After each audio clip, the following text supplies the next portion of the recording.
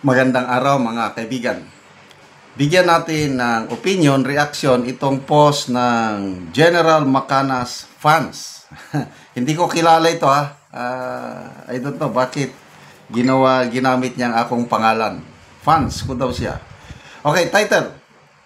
Marcos naniniwala na babalik pa ang tiwala ng taong bayan sa administration niya. Wow! Congratulations in advance! The best president in the world. Umaasa si Pangulong Bongbong Marcos Jr. na sa pamamagitan ng sapat na pagtatrabaho ay maibabalik pa niya ang tiwala ng taong bayan sa gobyerno. Sa kanyang talumpati, sinabi ni Marcos na alam niyang nasa alanganin ang tiwala ngayon ng taong bayan sa gobyerno.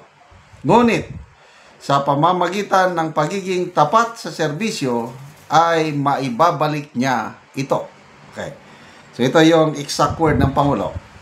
Our people's trust in government has been shaken. We cannot deny it.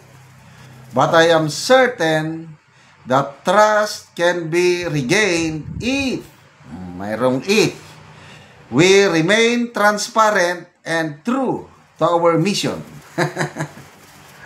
So, yun po ang caption. Marcos naniniwala na babalik pa ang tiwala ng taong bayan sa administration niya.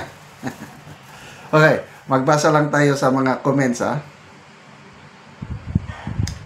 Malil Zunom, kung maipakulong mo Martin Romualdez at hindi mo itinalaga si Rimulya pagka-ombudsman, siguro babalik ang tiwala ng taong bayan sa iyo. Agree ako dito. Tatlong bagay nakikita ko na magpapabalik sa tiwala ng maraming taong bayan sa kanya.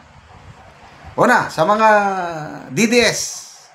Ang dami nitong DDS Sa latest survey, 31% sa mga na-survey, they consider themselves DDS. 19% lang ang loyalist, 15% ang dilawan, and the rest neutral. So paano may babalik ang tiwala ng mga DDS sa Marcos Jr. administration? Isa lang, simple lang. Pabalikin si Tatay Digong dito sa Pilipinas at dito siya, sige, ikulong ninyo, okay lang. Ikulong nyo, kung saan nyo gusto ikulong, dito nyo lang usigin ang Tatay Digong. Pwede na ako nun. Huwag lang doon sa The Hague. Dahil, sabi nga ni Ambassador Locsin, kasuklam-suklam, it's the highest form of treason. Kinidnap ang dating Pangulo. So ano sa tingin nyo? Kaya ba ng Marcos admin? Gagawin ba nila na pabalikin si Tatay Digong? Palagay ko hindi.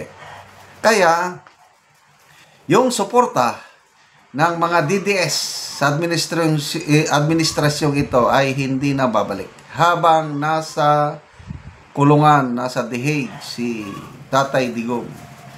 Forever na yan, ang mga DDS. Malayo ang kalooban sa administrasyong ito. Okay, next. Yung sabi niya, pag naipakulong si Romualdez at Saldico, yan, pwede pa yan. So, lalo na yung mga neutral, yung walang, nag-observe lang. Pag naipakulong si Romualdez, Saldico, marami ang babalik ang tiwala sa administrasyong ito. Tanong, what is the possibility na ang administrasyong ito ay maipapakulong nila si Martin Romualdez at Saldico? Your guess or your answer is as good as mine. Malabo. Hindi yan mangyayari. Kaya, ibig sabihin, hindi babalik ang tiwala ng taong bayan sa kanya dahil hindi talaga makukulong. Opinion ko lang ito sa nakikita ko lang. Hindi, makakalusot si dating Speaker Martin Romualdez at Saldico dito. Makakalusot. Walang mangyari. Kung mayroon mang makulong, Ang mga taga-DPWH, meron yan. Mga kontraktor, meron yan. Politiko, I doubt so. Kasi nga, sinasabi na ni Ombudsman Remulla na baka may ariglo daw. Plea bargaining agreement. Yung mga kongresista daw, ibabalik na lang yung pera na nakulimbat nila. At yun naman, trinatrabaho na ni Ombudsman Remulla. Di wala. Ano pa? Remulla. Anong sabi dito? Kung hindi mo itinalaga si Remulla pagka-ombudsman, naitalaga naman. Ano sa tingin nyo? Aalisin pa ba niya si Remulla? Ay, wala na. Sabi nga ni former spokesperson Edwin Lasierda, panahon ng Pinoy administration ito nga spokesperson. Ano yan? Pag talaga kay ombudsman is an insurance policy, sabi ni Mr. Edwin Lasierda.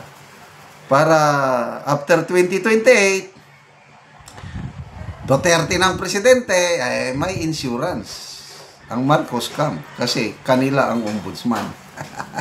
So, hanggang nakaupo ang Pangulong Marcos, nandyan palagi si Remulla. Kaya, yung tiwala ng taong bayan, mahirap. So, may babalik ba? I don't know. It's a challenge for them. Kung maibalik. Ano pa? Fausto Marzan, muli tayong uutang para sa bagong pangungurakot. Chupila Layag, ha ha ha, wala nang maniniwala sa iyo. Mercedes Floredo, malabo na mag-resign ngayon agad-agad. Wilmar Bibong, sa tingin ko, President Marcos, alanganin na kung ako po sa iyo dahil malaki na ang damage sa mga pangyayari. Payong malasakit po, mag-gracefully exit na lang po kayo para sa kabutihan mo. Kasi maraming galit na taong bayan magkagulo. Magre-resign ba? Hindi. Sabi nga niya, hindi siya alis sa pwesto hanggat hindi niya nasusob ang flood control anomaly. So, tatapusin niya yan hanggang 2028. Magtiis na lang po tayo.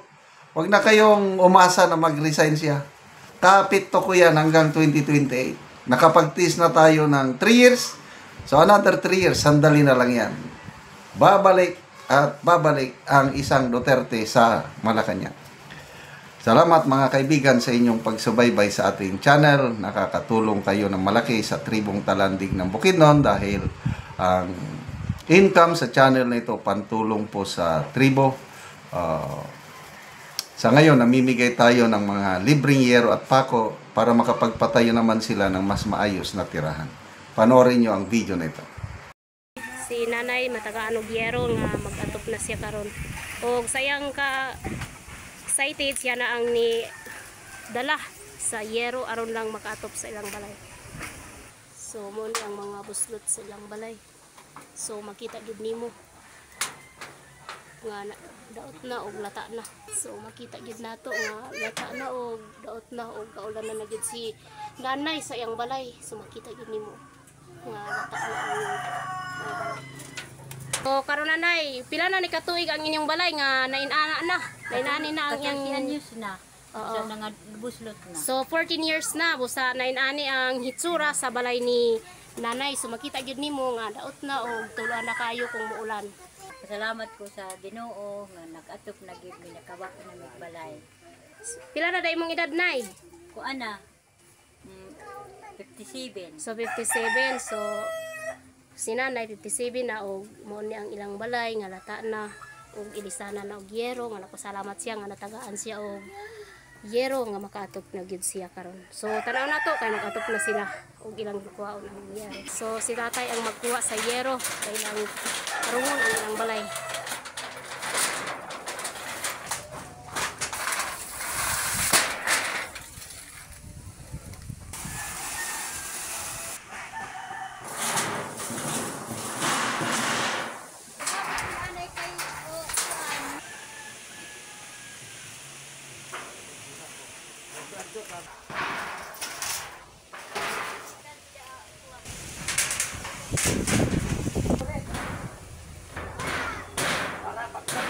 So So karon na humana gyud og atop ang balay ni nanay.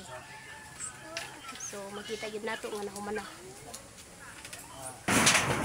So si nanay nakita nato na maayo ang iyang pahiyom kay nahumana og atop ang balay. Salamat sa Ginoo nga nakamanagid mi karon nakahumang gid mi nakaatop sa inyong gipanghatag na among kalisod karon pag gid mi nakaatop. Sige nay. Salamat po.